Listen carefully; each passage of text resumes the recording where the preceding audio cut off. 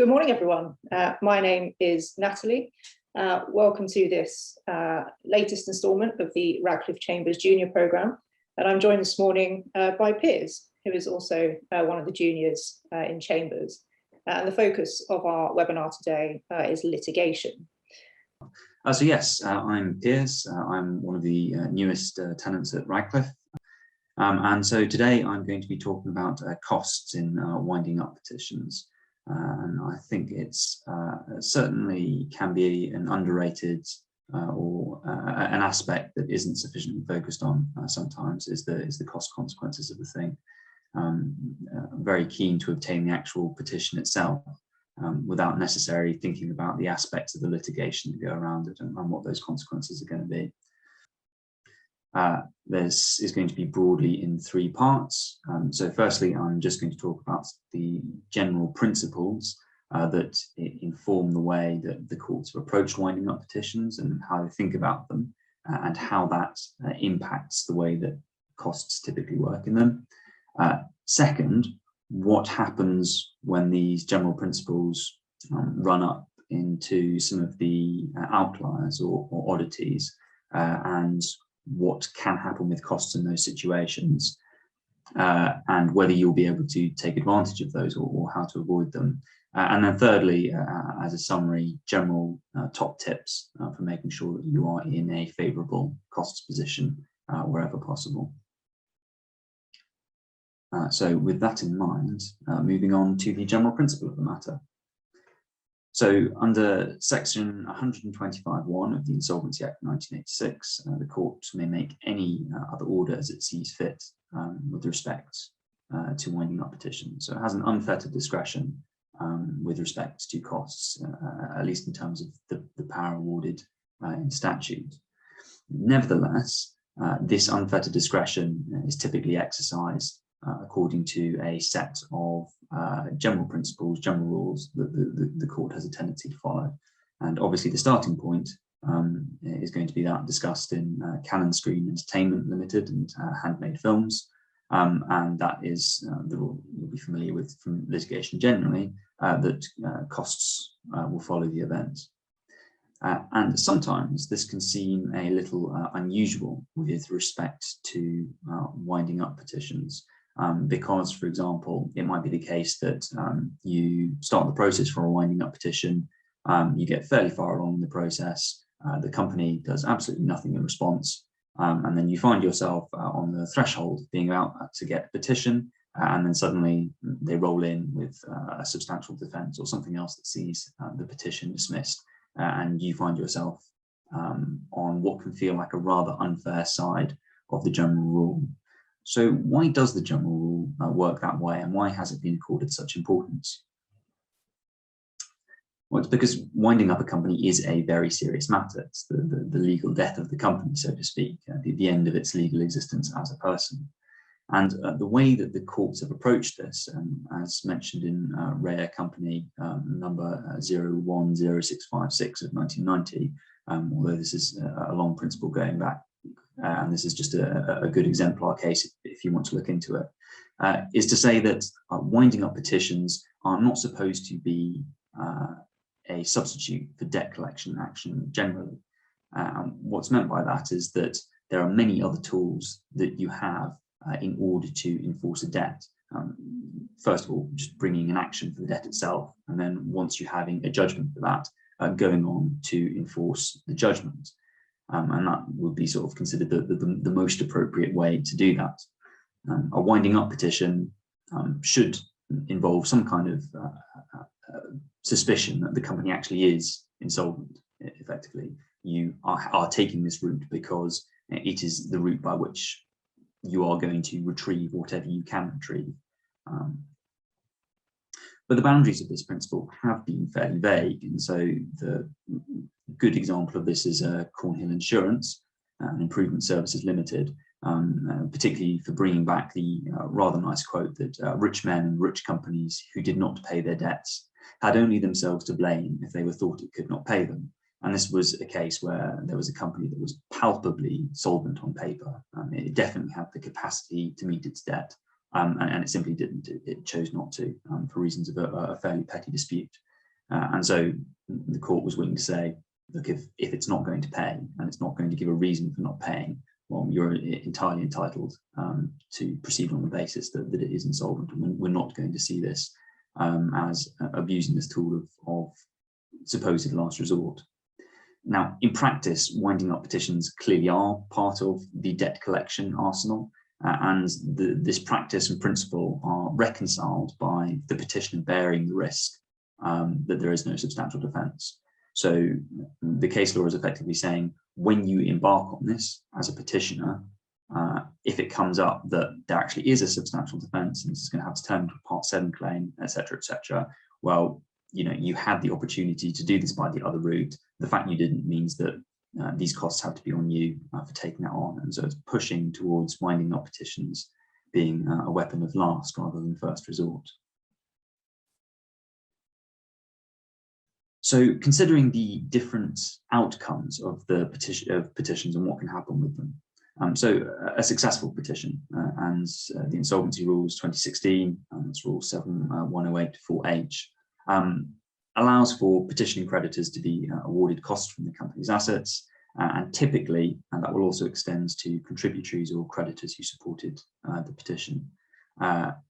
With respect to the company will often be allowed their cost as well, but this can introduce a problem, which is to say, why should unsecured creditors get less? Because if you have the solicitors who've been coming along and representing the company and counsel who've been coming along and representing the company, and they're getting paid out, well, then that introduces a problem because the amount of the pie left for everyone else has gone down. So in the worst cases, the old ways of approaching these with Ray Blair Manufacturing and then later Ray Bathampton Properties Limited was to say that, well, if this was the sort of petition that shouldn't have been defended, essentially, if the companies barged in and tried to delay or obfuscate, then the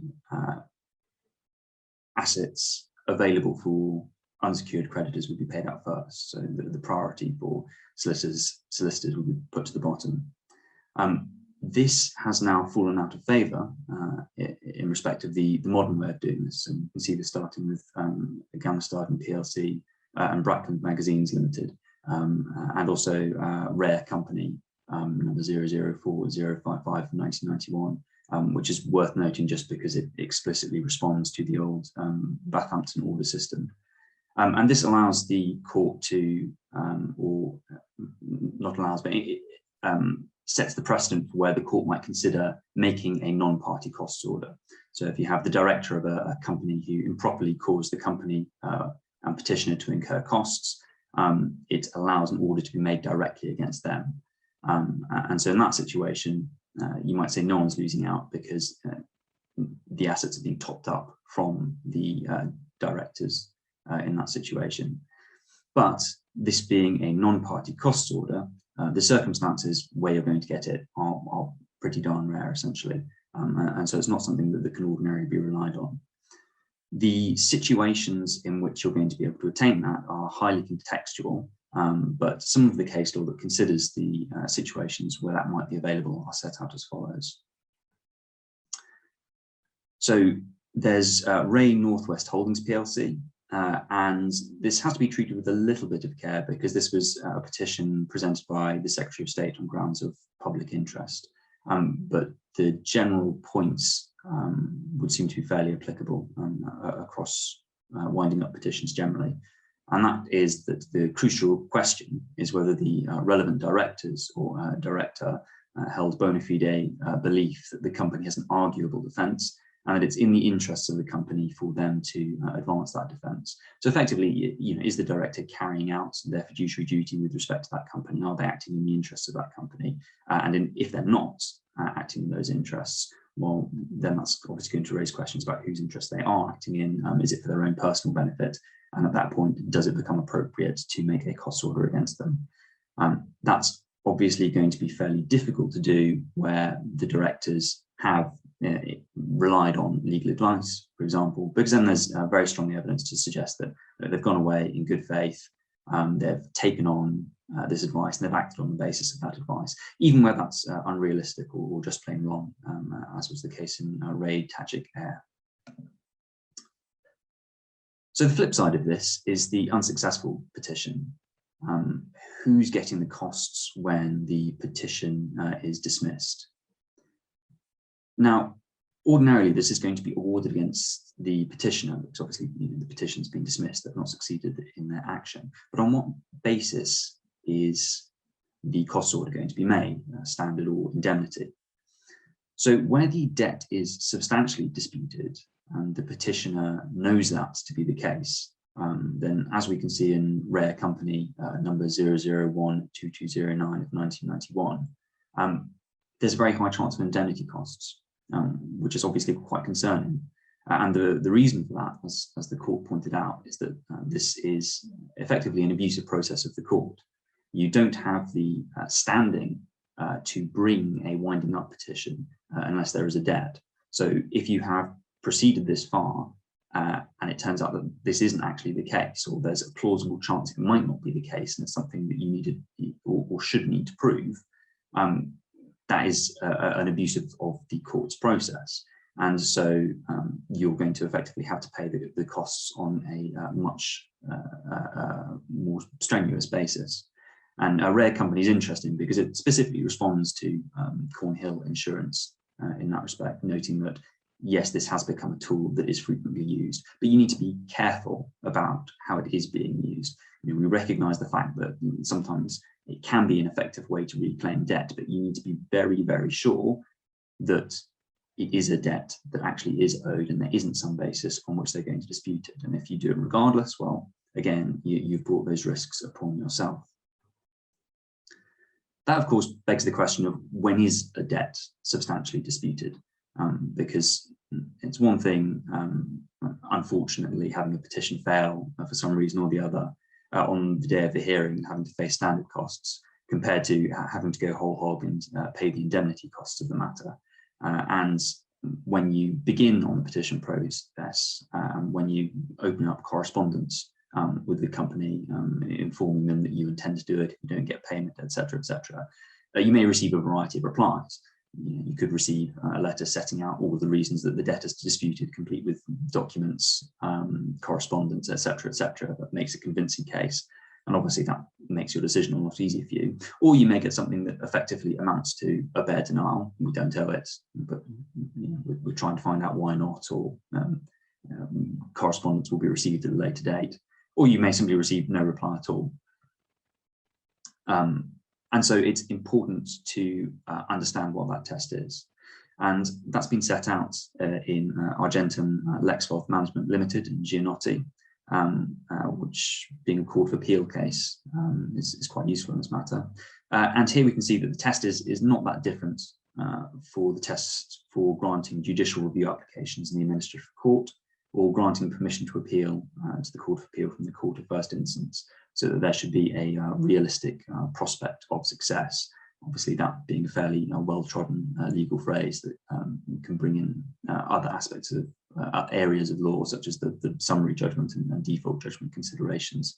Also very similar language there with EDF and Patel, and my co-junior tenant, Daniel Thorpe, gave a talk on that subject, which you can find on the Junior Practitioner Programme a few weeks ago. But that can introduce a problem.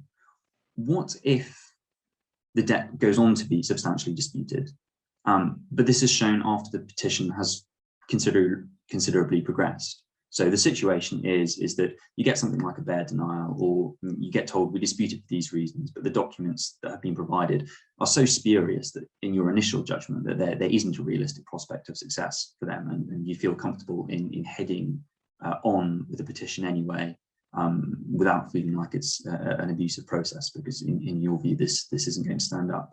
And then suddenly matters turn around and it turns out that it is substantial after all later on. Well, we can see a few cases like this. So one is Ray GlaxoSmithKline UK, where there were considerable doubts about whether documents were genuine, and the documents were raised fairly late in the process. There's Ray Fernforest Limited, where the real substantial nature of the dispute only became clear after the petition had been presented. So before that, there was a very basic denial that the debt was actually owed, and it set out a very sort of light version of the facts, but it wasn't clear enough for the petitioner to be able to engage with, in their view, at least initially.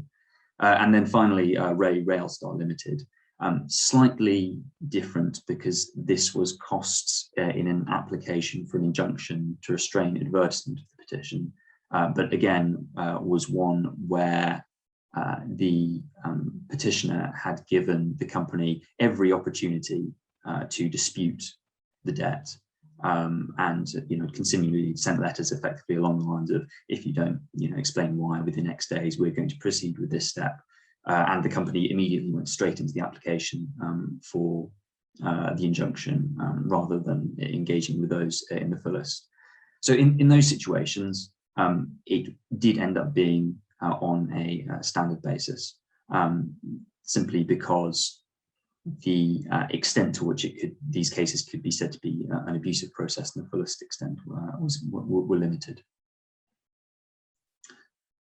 There is a particularly interesting outlier case, a relatively recent one, which is Ray Sykes and Sons Limited, to 2012 England and Wales High Court, which can be quite useful as a sort of break glass in case of emergency case to go for as a petitioner who's run into a debt that does turn out to be substantially disputed. It does have quite distinctive facts, which was that up until the presentation of the petition, there was really only a bare dispute. No, we don't own this debt. After the presentation of the petition, the precise nature of the dispute was made clear, the grounds of that dispute were made clear, but the documents to support the basis on which the debt was disputed, there were very strong doubts as to whether they were genuine. So you have a little bit of a case where it's looking like they're just denying it effectively until they can come up with something that allows them to go, oh, actually it really is disputed now.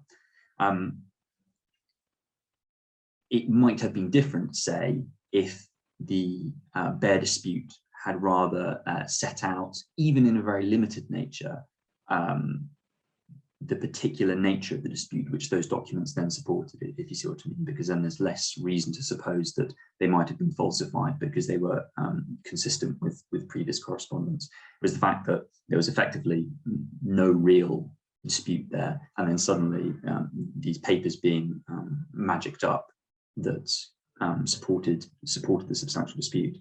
And we can see Richard Snowden QC sitting as a Deputy High Court Judge, giving the fairly interesting decision there that he regarded the combination of these circumstances, so the bare denial and documents of uncertain provenance, as producing effectively an exceptional case, which wasn't to say that costs were awarded to the petitioner, but rather the matter of costs were adjourned to be decided by what happened in the main proceedings that went on to determine whether this debt was in fact substantially disputed. So the interesting thing about this judgment is the fact that rather than putting it purely down to the provenance of the documents, it relies on the fact that it's a combination of several things, and the fact that there really was just the most minimal of disputes beforehand is something that potentially could be leaned upon in a situation where you're really looking for a case to dig yourself out of a hole effectively. A few other exceptions, which are less useful than Ray Sykes because they just have a smaller application, are these three cases. And to run through them briefly, Ray Lanham Brothers is interesting because it was a case where a winding up petition was effectively being made to enforce the results of a previous judgment, which was a judgment in default. The company then said that judgment should have been made against us and started disputing that once the petition had already been made. They were successful in that, so obviously the debt was then at that point properly disputed, and so the petition had to be dismissed. But if you remember the logic from previously, that the petitioner is supposed to take on the risk of bringing this because they haven't taken the other actions, they're sort of taking a shortcut. Here the court was inclined to go, well, they haven't been taking a shortcut, that they were relying on a judgment that they did obtain. And so in this case, costs were awarded to the petitioner. The following one is Ray McCarthy and Co. Builders Limited. And this one was one where the debt was owed by a previous company, which was dissolved. And then broadly the same people who were involved in that undertaking set up a company with an identical name. There was also a second company with almost identical name to that one as well, which was operative at the same time. So it was difficult for people to follow the invoices involved. Not the original petitioner who brought the petition, but someone who was substituted in, turned out to be seeking a debt that was owed to the original company. And in this particular case, it was considered that so much of the confusion about what was going on had been generated by the company that again, it was a matter in favour of the petitioner. So potentially one to look at if there has been a huge amount of mud thrown up or confusion introduced. The final one is Ray Arrow Leeds Limited, and this is one where the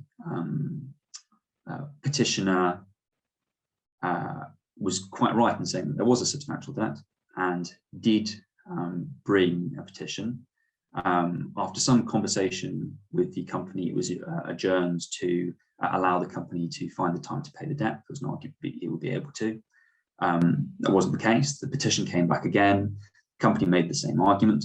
Very patiently, the petitioner stepped away again after the second time, comes back for the third time. And then what has happened by this time is that the rest of the creditors who had been partially responsible for the persuasive side of saying, look, this company should be able to find more time to pay the debt that's owed, block the petition, obviously this being a class action. And it was considered that perhaps if they'd done this at the very first stage, it would have been the ordinary cost petition. But at this point, you have a petitioner who did have a substantial debt, who had rightfully brought this petition, had allowed the company twice the time to try and get this together at the sort of soft pressure of the other parties, only to be blocked a third time and through a fairly informal process as well, being told that really they were to blame for the fact that this had been dragged on as long as it had. Another matter to consider might be obtaining costs against the directors or liquidators of the petitioners. This might be a matter where you suspect that the petitioner doesn't have much assets, or obviously if they're liquidators, where the petitioner actually has gone through the liquidation process itself. So generally, this is going to go into the case law relating to non-party cost orders, and that's a talk for a whole nother day, which I'll probably not go into too much detail today. But a few of the things to be specifically aware of here. So one of those is Ray Pacific Coast Syndicate Limited, cited by the House of Lords more recently in Northern Limited in liquidation. And that's that the costs of the successful litigants are to be paid first when you're dealing with the insolvent company.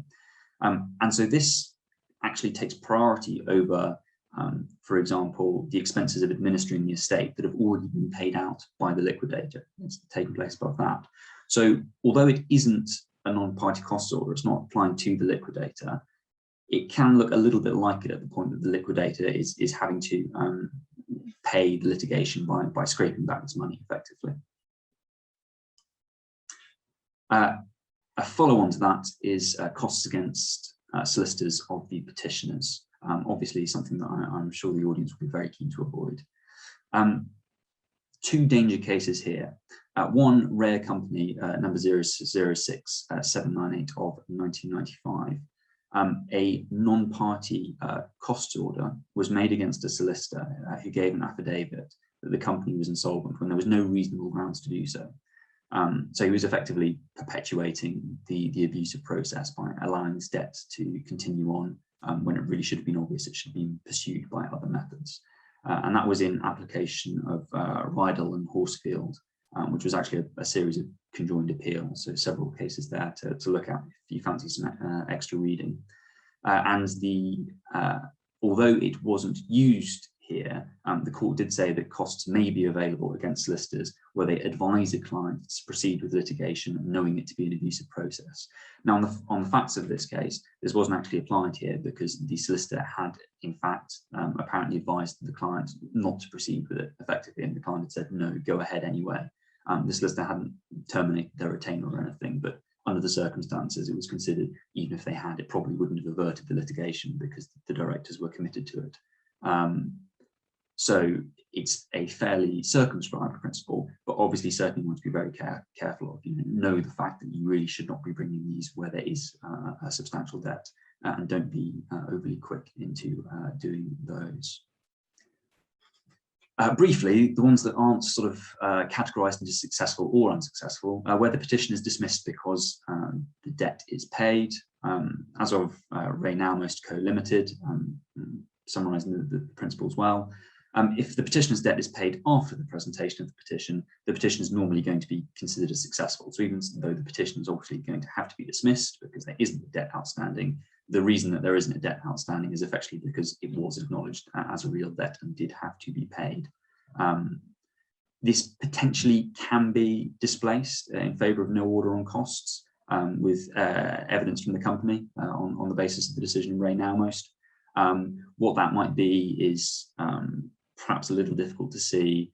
It might be the petitioner refusing to engage, or something like the company genuinely believing that the debt was substantially disputed, or something along those lines. Have to be a little bit careful with that one because the precise examples aren't drawn out very clearly in the judgment. And finally, where the petition is withdrawn.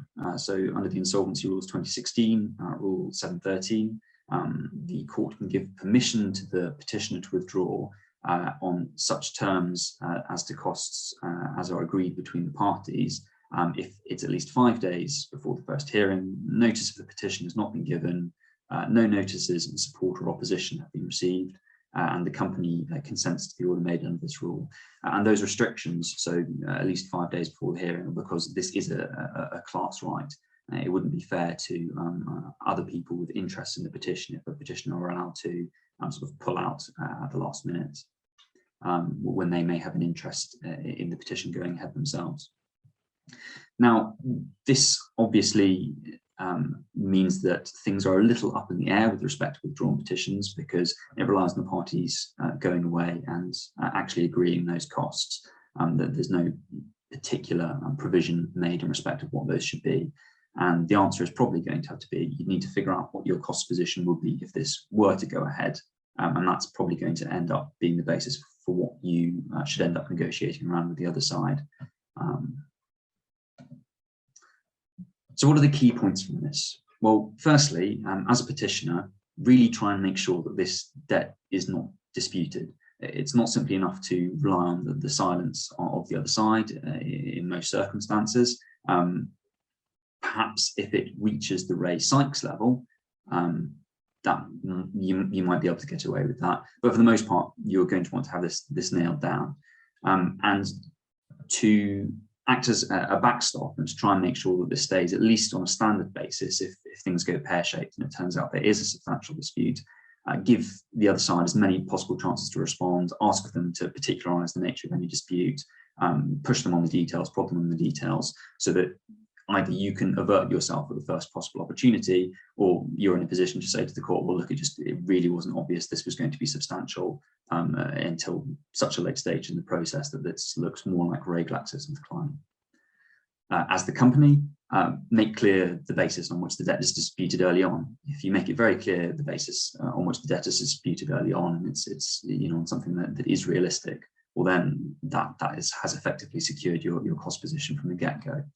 Just to really put Ray Sykes out of the picture, it might be useful to make reference to any documents that you might intend to rely on just to bolster their provenance somewhat. And if the debt is going to be paid, obviously the sooner is the better, because you're not going to want the costs of the petitioner to escalate and there probably is going to be an expectation that you'll pay their costs in that situation. So that's the end of my talk on costing and winding up petitions. But otherwise, I'm very happy to introduce Natalie, who's going to talk about litigating against persons unknown. Okay, well, I'm going to be talking about something slightly different to Piers. So I'm talking about litigating against persons unknown and how we might go about doing that. So persons unknown litigation has been getting quite a lot of attention from the courts in recent years at all levels, from High Court all the way through to Supreme Court. And there have been some quite important changes and clarifications in both the law and the procedure in bringing litigation against persons unknown. And it's true that the courts do continue to scrutinise and look very closely at persons unknown litigation and the orders that you might be seeking and able to obtain against persons unknown.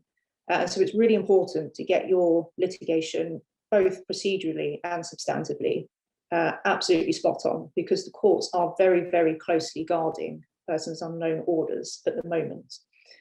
I think also this is quite a topical issue, as there's quite a few protester injunctions making their way through the courts at the moment. So you've probably come across or aware of the Insulate Britain protests. So it was only yesterday that there were 9 formerly persons unknown defendants now named who were sent to prison on a committal action. That order was originally granted on the 21st of September and was solely against persons unknown. You may also have come across some of the anti-vivisection protest cases that are making their way through the courts. And there's also been the anti-lockdown and the anti-vax protests, again, all of which include categories of persons unknown as defendants. So, hang on, there we go. Too many buttons, don't know what they all do. So, I'm going to be looking at 3 things throughout the course of this presentation. Firstly, when might you be litigating against persons unknown?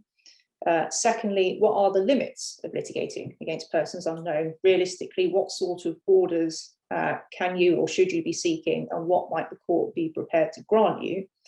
And thirdly, and probably what you are more interested in hearing, are my practical tips and my top tips for litigating against persons unknown. So, when might you litigate then against persons unknown? Pretty much whenever you have a defendant whose name you do not know, or who, at least in the interim stage of litigation, you've not yet been able to identify, that's when you'll be litigating against a person unknown. So in theory, it could be any kind of litigation, but there are some areas of law where the issue will arise more frequently just because of the nature of the disputes. So on the slides, I've given 2 examples. So I've given the example of possession proceedings and also injunction proceedings. When it comes to possession proceedings, you are helped enormously by Part 55, and in particular 55.6. So 55.6 makes express provision for service of the claim form against persons unknown. As we start looking at the case law, we'll see that actually service of the proceedings is a huge sticking point when it comes to persons unknown litigation. So Part 55.6 is really, really useful. It also means that, by and large, persons unknown litigation in the context of possession proceedings is largely settled, or at least it's not quite as controversial or as tricky as injunction proceedings. So the majority of my talk, perhaps if not all of it, actually just really relates to injunction proceedings. So as I've mentioned, I think the injunction proceedings are a bit trickier procedurally and perhaps also substantively on occasion. And there are lots of topical examples. So I've already mentioned the protester injunctions. When it comes to protester injunctions, your substantive causes of action can be very wide-ranging. So it might be anything from nuisance to harassment, trespass, or breaches of various statutory provisions, provided for the most part, those statutory provisions attract a civil liability and not just a criminal liability. You may also have come across what's being called at the moment traveller injunctions. So these are injunctions that are granted pursuant to the Town and Country Planning Act 1990, section 187B. And these are injunctions that are designed to prevent breaches of planning control or apprehended breaches of planning control. They're called traveller injunctions at the moment because the case working its way through the courts, and which is going to be heard by the Court of Appeal at the end of this month, relates to the context of travellers stopping up on land and therefore changing the use of the land, that being a breach of planning control. The other kind of injunction proceedings that engages person unknown very frequently, which you may have come across, are these injunctions to protect confidential information. As you might have come across the 4 New Square proceedings, so this being the cyber attack, an injunction was sought to prevent the publication and disclosure of the information that was obtained by way of that cyber attack. So I suppose the headline point, persons unknown litigation, very common in injunction proceedings, and there may be wide ranges of causes of action, but it often is in injunction proceedings that you get a persons unknown category of defendant. So then, what are the limits of litigating against persons unknown? The starting point now really is the Cameron decision in the Supreme Court, and particularly the decision or the judgment of Lord Sumption. Now, Cameron is a hit and run case. So this is a case where the claimant's vehicle was struck by another vehicle. That vehicle could be identified, but the driver could not be identified. It was established that the registered keeper was not driving the car, and the person who was insured on the car, it turned out, was a fictitious person. Now, unfortunately, the claimant needed a judgment because they needed a judgment that the insurer of the car was bound to satisfy. And so after a few procedural missteps, the claimant names their defendant as person unknown, driving vehicle X that collided with vehicle Y on a specific date. And the question that the court had to consider was, in what circumstances can jurisdiction be exercised against persons unknown who cannot be named? Well, Lord Sumption tells us in Cameron that there are 2 categories of defendant. Your first category of defendant, known as category 1, these are anonymous defendants who are identifiable, but whose names are unknown. And an example that he gives is squatters.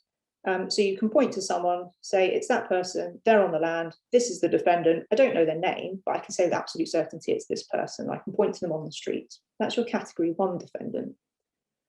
Your category 2 defendant are those anonymous defendants who you can't even identify. And the hit and run driver was an example of this. It's not possible to stop someone on the street and say, this is the person who's in the claim form, this is the person who is the defendant. You just simply don't know, you can't identify them. And the difference between your category 1 and your category 2 defendants is that your category 1 defendant can be located and communicated with. And as I say, it is possible to know whether any given person on the street is the person who is being referred to in the claim form. So why then is it important to distinguish between category 1 and category 2 persons unknown defendants? Well, Lord Sumption reminds us of paragraph 17 of Cameron that it is a fundamental principle of justice that a person cannot be made subject to the jurisdiction of the court without having such notice of the proceedings that will enable him to be heard. So it's only those defendants that are falling within category 1 who can be defendants to a claim, because it's only that first category of defendant that you can actually locate and serve with the claim form. Now, you might need the assistance of an alternative service order to do that, and we'll look briefly at alternative service orders in a minute, but it is possible to serve a category 1 defendant. And so that's why it's important to distinguish. You can only bring proceedings against category 1. You can't be bringing proceedings and expect to secure an order against the category 2 defendant. Now, the next case that is very important, and there are lots of cases, and I'm missing out Quadrilla and Ineos, I completely appreciate that, but I think the next big one that you need to be absolutely aware of is the Court of Appeal decision in Canada Goose. And in particular, it's paragraph 89 that's of importance when it comes to persons unknown litigation. So paragraph 89 provides that a final injunction cannot be granted in a protester case against persons unknown who are not parties at the date of the final order. That is to say, newcomers who have not by that time committed the prohibited acts and so do not fall within the description of persons unknown and who have not been served with the claim form. So the basic proposition from Canada Goose is that only parties to the proceedings will be bound by any final order. So you can't get a final order against persons unknown unless you have a category 1 defendant and they've been identified and they've been served with the claim form at the date of the final order, because it's only them, or it's only they, who are going to be parties to the proceedings. And so this means that you can't bind newcomers by way of a final order. So you can't bind people who are not identified and are not served at the time the final order was made.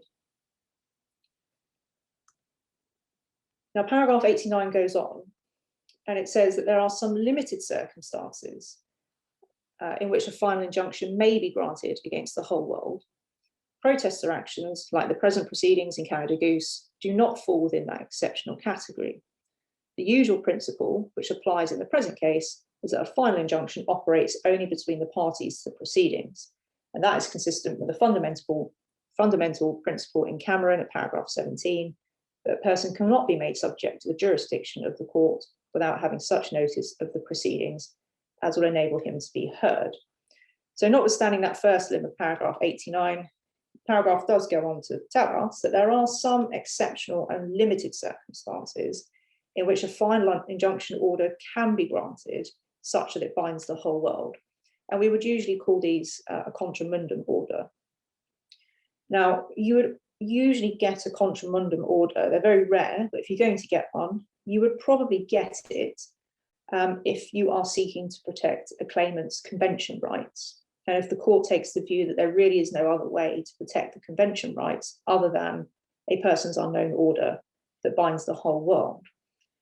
As we can see from the Court of Appeal's decision in Canada Goose, they were very clear that protester actions do not fall within that exceptional category that attracts the possibility of contra mundum relief. There is a case, I've already mentioned it, going to the Court of Appeal at the end of this month. So it's the London Borough of Barking and Dagenham case. And this case is tackling the question of whether there are other types of injunction that can bind persons unknown at final order. That case is in the very specific context of section 187B and some other statutory provisions pursuant to which injunctions may be granted.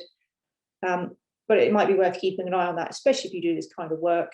There may be on the horizon other species of final injunction order that do bind persons unknown. I think the other point to pick out from paragraph 89 is that it does appear to suggest, without expressly saying it, that you can actually have a true persons unknown order at interim stage. So one where not yet every defendant is identified. And it's only at final stage that all of your defendants must have been identified, whether you do that by name or by some other identifying information, such as a photograph and a cipher ascribed to that defendant. And actually that position was confirmed by Mr. Justice Nicklin at first instance in the Barking and Dagenham case that's going off to appeal. So really your persons unknown order at an interim stage is holding the ring, and it's giving you as the claimant time to identify your defendants, whether you do that by name or by photograph. So you can have your true persons unknown order at interim stage, but by the time you get to final stage, you must have identified everybody, and it's only those who you've identified against whom you can seek that final relief. So that's probably darted ahead and already given you the summary of where we are so far.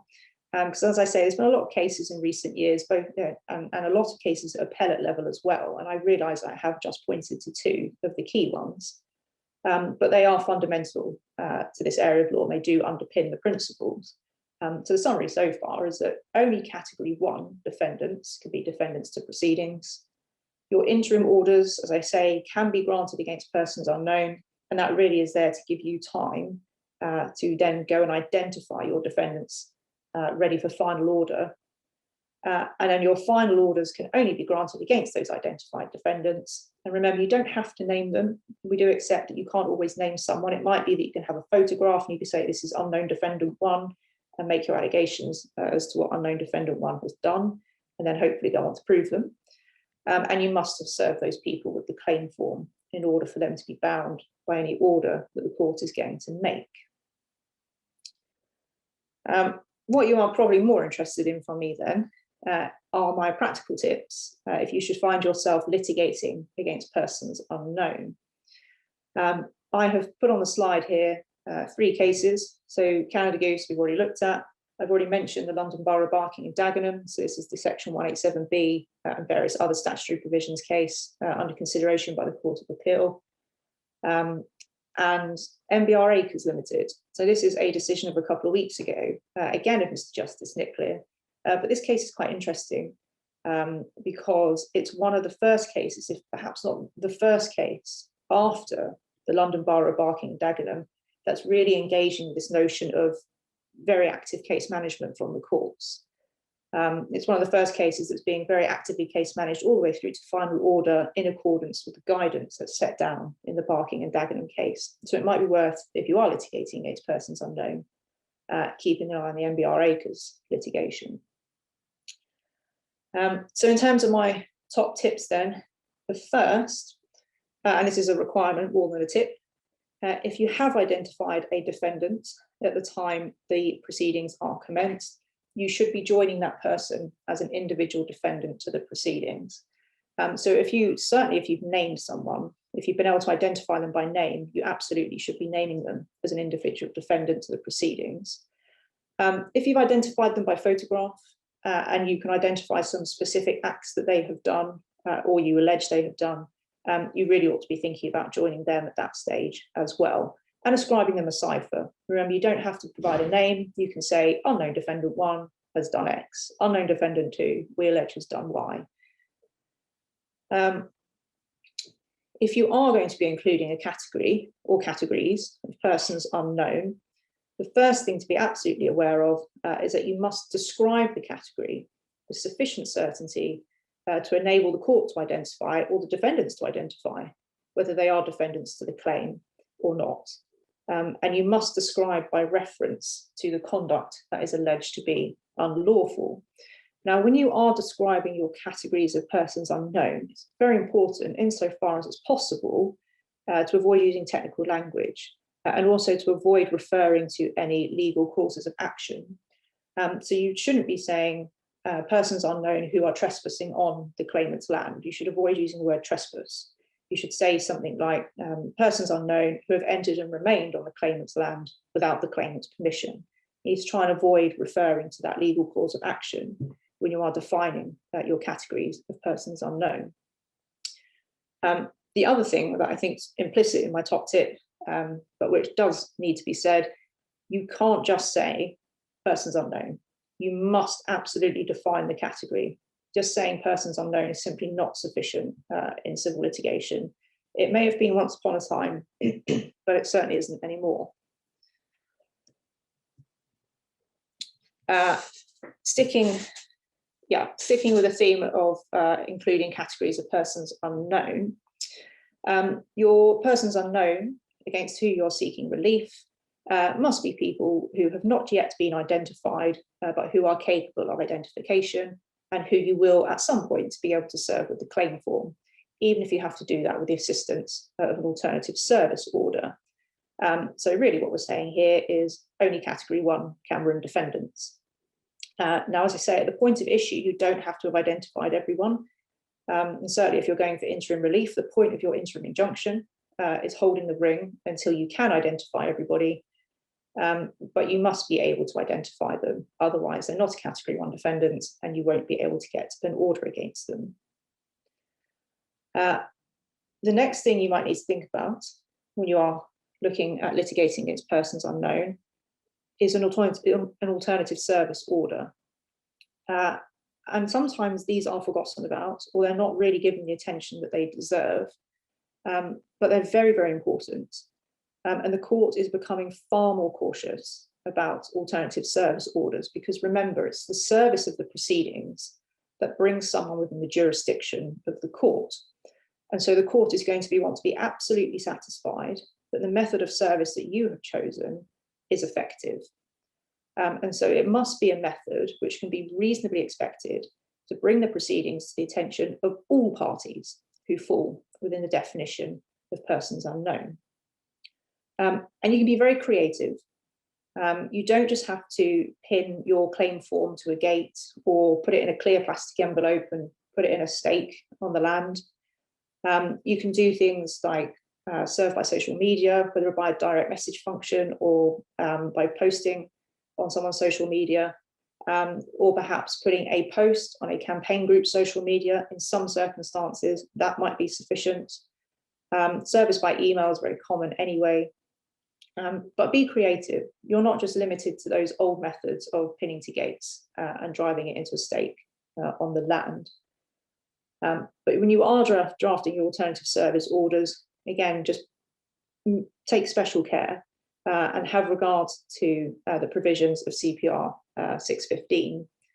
And in particular, make sure you are stating the deemed dates of service on your alternative service order. And I urge this caution because it's so important to get service right. And if you're looking for an alternative service order to affect service, it's really important to get that right.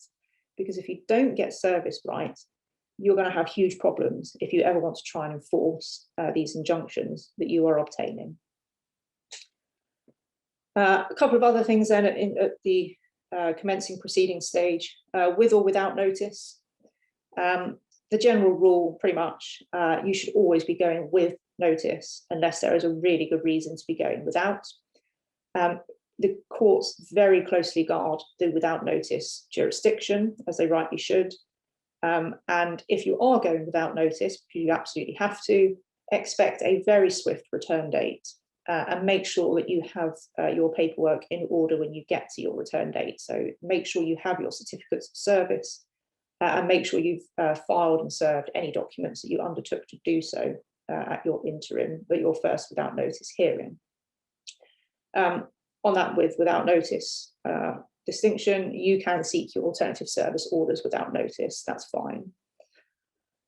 The last thing is Part 7 or Part 8 proceedings. Your persons unknown elements, your litigation, your persons unknown really is just a defendant, and it doesn't inform whether the main claim is going to be run by way of Part 7 or Part 8 proceedings. All the usual rules are going to apply. And actually this point applies more generally, not just to persons unknown litigation. But if you are in a situation where you have a Part 8 claim and you have a lot of defendants, or you have a lot of evidence, or both, the courts are becoming very, very concerned that it's very difficult for defendants, individual defendants, to engage with that process and to pick out of the evidence the bits that really apply to them and really set out the allegations that are made against them. And so the courts are coming up with ways to try and combat that potential unfairness. And the way that they are generally tending to do that at the moment is they are asking claimants or ordering claimants to send letters to each individual defendant that signposts where the evidence is that relates to them and relates to the specific allegations made against them.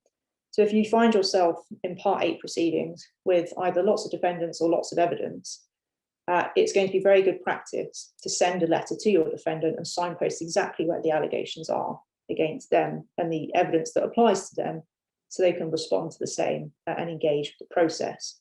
That's going to be also really important if you have litigants in person.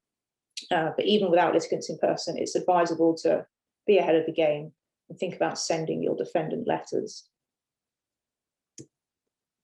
What might you expect at the interim hearing then for your persons unknown order? Well, firstly, expect the need to explain why an order against persons unknown is required and what steps have been taken to name the defendants. The bottom line is, if you do not need a persons unknown order, you are not going to get one. And equally, if you've not made any effort to try and name any defendants or identify any defendants, the court is not going to be particularly sympathetic to your cause. There are, of course, it's all in context.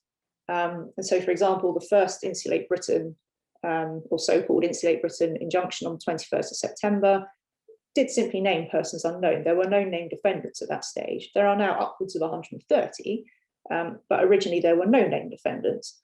And that's forgivable because the conduct complained of had only been going on for a week. and it was going to be very difficult to name defendants in those circumstances, because often in the sort of protester injunctions, you either get the names of the defendants from the defendants, and you can imagine they're not always particularly willing to give you their name, or you do it, you get the names from the police once they make arrests, and it can take a while for the chain of communication to open between the lawyers or the civil lawyers and the police. So the court isn't unreasonable. It will take account of the context, but you really need to show that you are trying and that you do need a persons unknown order. As to any order that might be granted then, your prohibited act in the order must correspond to the threatened tort, and you can limit or prohibit lawful acts to the extent that it is necessary to protect the claimant's rights.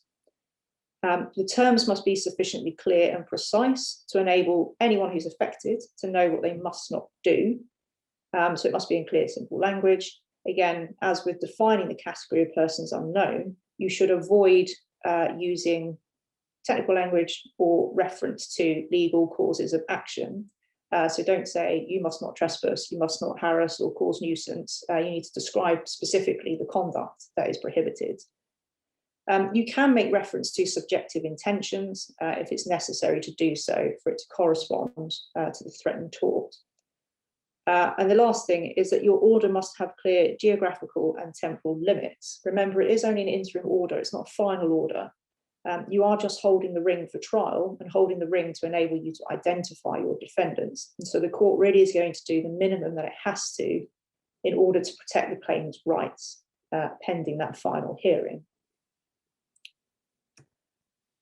At the interim hearing as well, the claimant is going to be, or we should expect that the claimant is going to be required to give an undertaking to endeavour to identify persons unknown, and whether you identify them by photograph or name or by some other identifying information. And you must also be undertaking to serve them personally with the claim form. The undertaking, the language that the case law is using at the moment is that you must use best endeavours to identify your defendants. It is possible, when it has happened, that you could talk the court or persuade the court into allowing you to use reasonable endeavours. Obviously, it will always depend on the facts and context of your case. And in many instances, best endeavours probably doesn't differ wildly from reasonable endeavours. But just think about whether you want to be using best or reasonable endeavours in the context of your particular case. The other thing, and this is the really big thing to come out of the case law, and certainly this year's case law, the court will actively case manage your claim. And it is going to list, and it will list a further hearing, usually within a month, maybe slightly longer depending on what needs to be done in the interim stage, but usually within a month, to consider the efforts that you are making to identify persons unknown. And this active case management is very, very important. And the claimant's continued action on the claim is really important because the High Court has recently found that obtaining a persons unknown order on interim relief and then sitting on that interim relief without advancing the claim in a timely fashion, that can amount to abuse of process. Again, this is a decision of Mr. Justice Nicklin in the context of local authorities. And that case was also in the context where there were other things going on that might perhaps excuse the delay. So there were the COVID-19 pandemic, and also the local authorities were waiting on a case from the Court of Appeal that might perhaps inform the direction in which they took that litigation. But nonetheless, that delay did amount to abuse of process. So you have to be very careful not to go to sleep on your claims once you have your interim order, because if you go to sleep on your claims, you do very much run the risk that the court will think about discharging your interim injunctions. That said, it is actually now going to be very difficult to go to sleep on your claim because the court are actively engaging in this case management. And directions that you might get and that you should expect to get are a direction to provide evidence of the efforts that you are making to identify persons unknown. And you should also expect directions that require you to complete this identification process and then apply to discontinue and discharge the injunction against persons unknown. So the court is setting a cut-off date for your identification. So there will come a time where it says, right, this is the category of defendant that we're taking to trial. We're not adding any more people. We're stopping this identification exercise. So you must know, and this stage is perhaps slightly earlier on in the litigation than people were anticipating it might be. So it will depend in the coming months how these cases are being case managed, but be prepared to really get your skates on. You need to start identifying people very quickly and very much at the start of the litigation. Don't expect to have months and months and months to complete this exercise, because you probably won't. And it flows from that the court will then give you directions and a timeline in which you must be applying for either default judgment, summary judgment, or applying for a date for the final hearing of the claim. So my headline points are my top tips. Firstly, your persons unknown orders, as I've said, they're only available at interim stage. Your final orders are available only against your identified defendants, whether you've identified them by name or by some other identifying information, and your final order will not bind newcomers. Can't stress enough point number 3, you must start the process of identifying your defendants early, and if you can, before you've even started thinking about issuing proceedings. And you must expect very active and close case management by the court. And that bleeds into the 4th point. Once an interim order is obtained, the court will be case managing you and your proceedings to a final hearing as expeditiously as possible. So a couple of cases to watch. Partly shameless self-promotion, but also very interesting cases in their own right. London Borough, Barking and Dagenham. So this is the case that I've mentioned a couple of times, going to the Court of Appeal at the end of the month. Concerns section 187B, Town and Country Planning Act injunctions. And the question here is whether these statutory injunctions fall within the Canada Goose principles or whether they can bind newcomers. There's a variety of different arguments being run as to why that may be the case. And the other case that I've already mentioned, the MBR Acres limited case. As I say, I think this is the first case since London Borough, Barking and Dagenham that's being very closely case managed, or at the very least, it's the one that's being very closely case managed and is producing reported decisions that you can actively track through Westlaw and Bailey. So they'll be worth keeping an eye on if you ever find yourselves litigating against persons unknown.